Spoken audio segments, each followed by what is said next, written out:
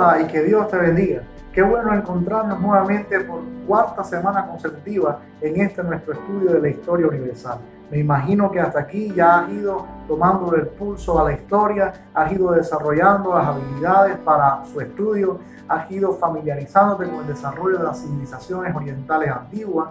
Durante la semana pasada estudiaste el desarrollo de la Grecia, de la Magna Grecia, de la Grecia clásica, y también hoy comenzamos el estudio de la civilización romana, una civilización extremadamente importante y relevante para nosotros como cristianos, ya que fue el contexto de la civilización romana en la que el cristianismo tuvo su origen y su primera expansión. Así que lo que haremos hoy será repasar brevemente el desarrollo histórico de la civilización romana desde su origen hasta la caída del Imperio Romano de Occidente en el año 476 después de Cristo. La antigua Roma se ubicaba en el valle del río Tíber, en la actual región del Lacio, en el centro de la península italiana. La historia de Roma puede ser dividida en diferentes etapas de acuerdo al sistema que gobernaba la ciudad. La primera de ellas es la monarquía, que va desde el año 753 al 509 a.C. En el 509 se establece la República, que duró hasta el año 29, y luego tenemos el periodo imperial, que va desde el 29 a.C. hasta el 476 después de Cristo. Veamos con más detalle la monarquía. Esta etapa se inicia en el 753 a.C., que es la fecha legendaria de la fundación de Roma por Remo y Rómulo, y se extiende hasta el año 509, año en que se expulsa al último rey etrusco, Tarquinio el Soberbio. La etapa monárquica puede subdividirse siguiendo a las dos dinastías más importantes del periodo. Por una parte, tenemos la dinastía latina, cuyos reyes son Rómulo, el primer rey de Roma y el creador del Senado.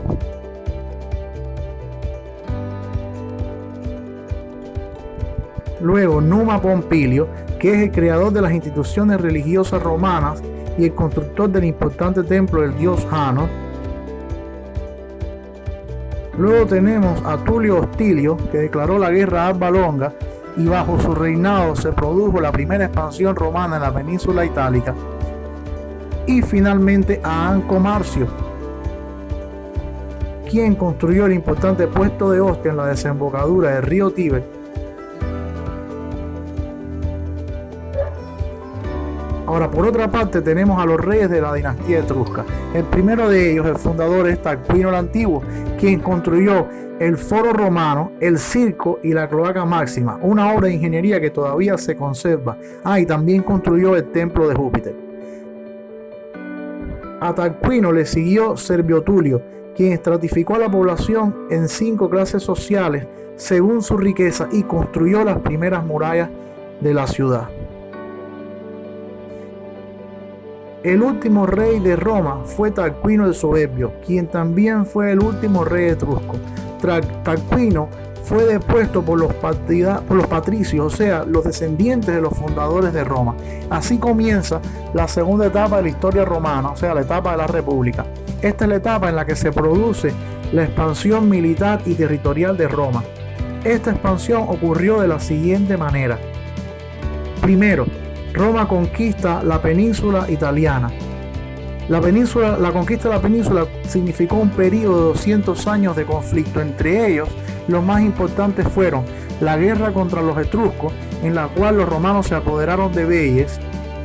Luego, la guerra contra los ecuos y los volscos, donde Coroliano fue vencido.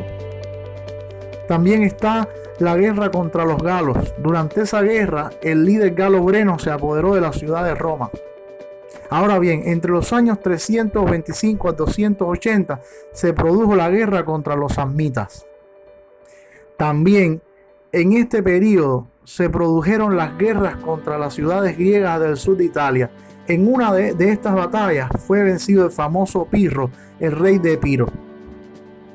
Ahora bien, una vez conquistado el territorio peninsular italiano, el siguiente paso fue la expansión romana hacia el territorio insular, o sea, la zona de las islas de Cerdeña, Córcega y Sicilia. Así comenzó lo que se conoce como la Primera Guerra Púnica.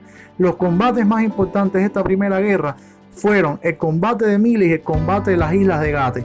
Como resultado de esta guerra, Cartago perdió la hegemonía en el Mediterráneo y Roma se apoderó de Italia insular. Asdrúbal fundó Cartago Nova en España y terminó firmando el Tratado del Ebro. Luego, años adelante, se produjo la conquista romana de España como parte de lo que se conoce como Segunda Guerra Púnica. En esta etapa destacó el general cartaginés Aníbal Barca.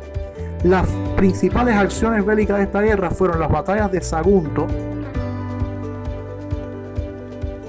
de Sino, del río Trebia, de Trasímeno y de Cannas. En todos estos enfrentamientos, el bando cartaginés, bajo el mando de Aníbal Barca, salió vencedor. Debe recordarse que Aníbal fue el general que intentó cruzar las montañas limítrofes de Roma para invadirla. Sin embargo, en el 202 a.C. se produjo el último y decisivo enfrentamiento de la Segunda Guerra Púnica, que terminó con el triunfo romano, protagonizado por el general romano Escipión, llamado el Africano.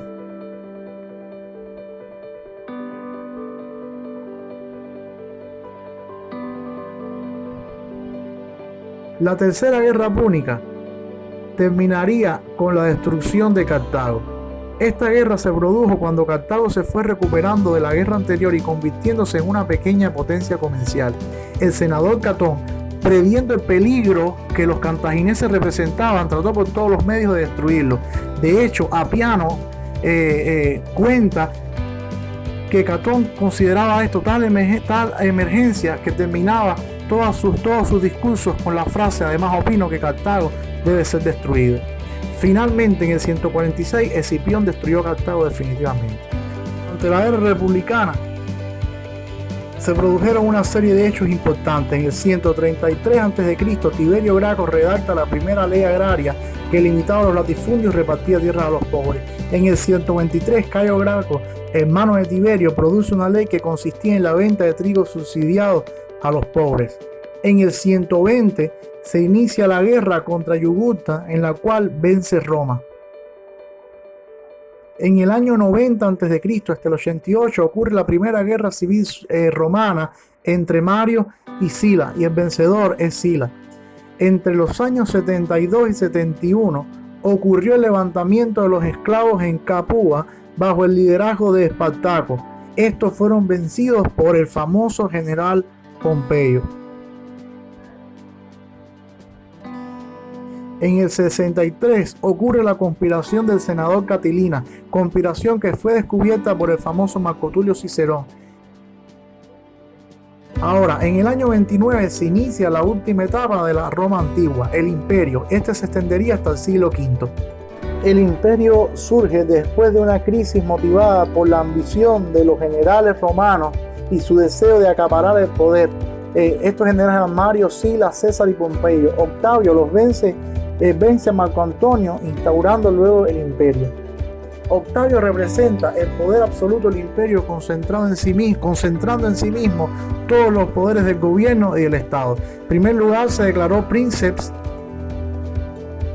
Pontífice Máximo, asume el poder militar bajo el título de Imperator, convierte el poder en hereditario, lleva a cabo una reorganización del territorio del imperio, instaura la denominada paz romana, una etapa de gran prosperidad económica y civil, de modo que Augusto fue el primer emperador. Bajo su reinado nació el Señor Jesús.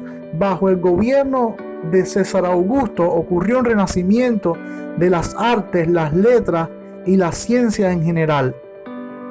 Augusto inició la dinastía que se conoce como Julio-Claudiana, que hace referencia a los 5 primeros Césares: Augusto mismo, Tiberio, Calígula, Claudio y Nerón. Bajo esta dinastía es que ocurre toda la narración del libro de los Hechos y gran parte de lo que ocurre en las epístolas. Tiberio fue emperador desde el año 14 hasta el 37 después de Cristo. Fue en la época de Tiberio en que el Señor fue crucificado y resucitó. Es el periodo de inicio del cristianismo. Calígula, cuyo nombre real era Cayo Julio César Augusto Germánico, gobernó del 37 al 41 después de Cristo. Su gobierno estuvo caracterizado por un gran derroche. Calígula fue sucedido por Claudio, que gobernó desde el 41 hasta el 54. En su época, Roma conquistó Gran Bretaña. El reinado de Nerón entre el 54 y el 68 se caracterizó por una feroz persecución contra los cristianos. Bajo Nerón murieron Pedro y Pablo y Nerón incendió Roma. En el 68 ocurrió un golpe de estado en Roma, después del cual Nerón se suicidó. Así inició la dinastía de los Flavios, que comprende a 3 emperadores: Vespasiano, Tito y Domiciano. Vespasiano fue el constructor del Coliseo romano. Su hijo Tito destruyó Jerusalén en el año 70. Bajo su gobierno ocurrió la erupción de Vesubio, que acabó con las ciudades de Pompeya y Herculano. Domiciano fue emperador desde el 14 de octubre del 81 hasta su muerte en el 96. Bajo su gobierno se produjo la segunda más grande persecución contra los cristianos y fue el último emperador de los Flavios. La dinastía de los Antoninos se extendió desde el 96 después de Cristo hasta el año 192, siendo la más longeva y agrupando a 6 emperadores. Nerva, el primero de esta dinastía, subió al trono con 65 años. Había servido durante los reinados de Nerón, Vespasiano, Tito y Domiciano. En su época se odió la ley Optimus en el gobierno.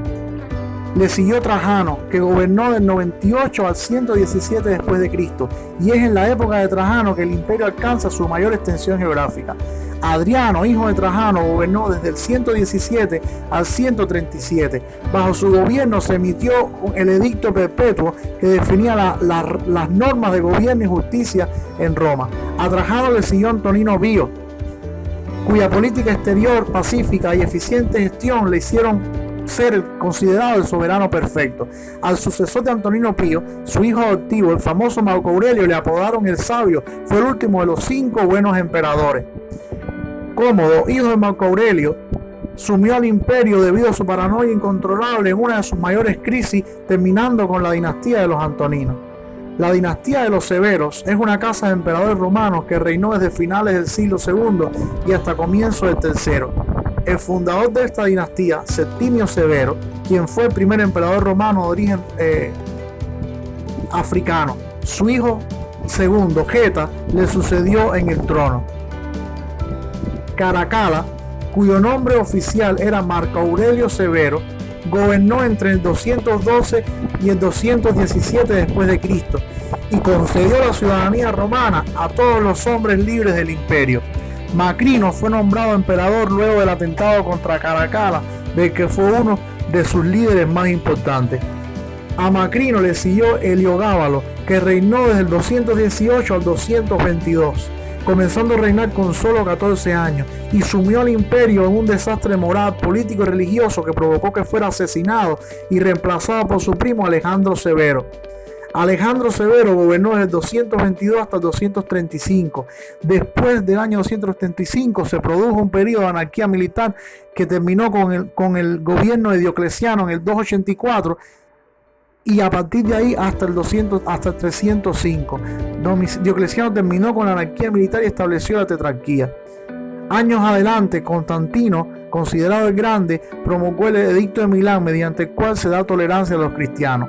Teodosio, a finales del siglo IV, estableció al cristianismo como la religión oficial del Imperio Romano, en lo que se conoce como el Edicto de Tesalónica. A su muerte, el imperio fue dividido entre sus hijos, Arcadio al oriente y Honorio al occidente. Rómulo Augusto es considerado el último emperador romano de Occidente, ya que fue destronado por Odoacro, líder de los Érculos, en el 476 después de Cristo. Y así, recordando al último rey del Imperio Romano de Occidente, llega al final nuestro encuentro de esta semana. Mi deseo es que la clase de hoy te sirva para entusiasmarte y animarte a profundizar un poco más en el estudio fascinante de la historia y de la cultura de Ecuador. Recuerda completar el cuestionario de la videoconferencia entregar el breve reporte de lectura realizada y cumplir la actividad de estudio independiente número 4 antes del próximo lunes. Que el Señor te bendiga. Ten paz.